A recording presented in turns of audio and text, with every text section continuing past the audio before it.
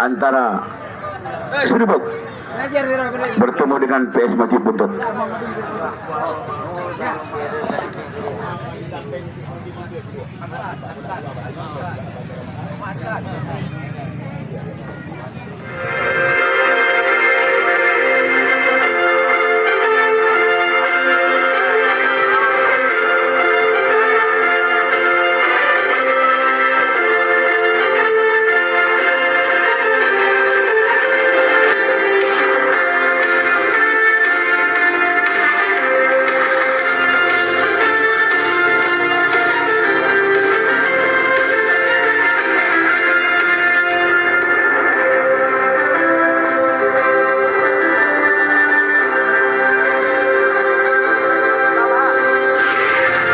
Dengan Gari lagi bola tu.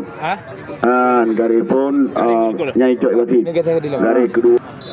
Menonton kembali anak-anak Serbuk masih ada berlawan mencoba di sektor kanan. Masih kita lihat anak-anak Serbuk sekarang mencoba bangun ke tengah. Kembali masih anak-anak Serbuk menguasai di palang pintu. Masih Masjid Buntut FC melaju ke babak selanjutnya di Forkopim Camp Belang Mangat Cup 2025. Masjid Buntut FC berhasil mengamankan posisinya di babak selanjutnya setelah menundukkan Seunai-Bok FC dengan skor akhir 2-0 dalam pertandingan putaran kedua yang digelar pada Minggu, tanggal 24 Agustus tahun 2025.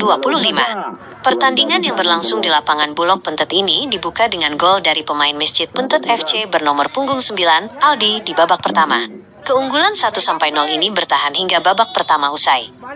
Memasuki babak kedua, meskipun Seunai-Bok FC berjuang keras untuk menyamakan kedudukan, Masjid Buntut FC justru berhasil menambah keunggulan.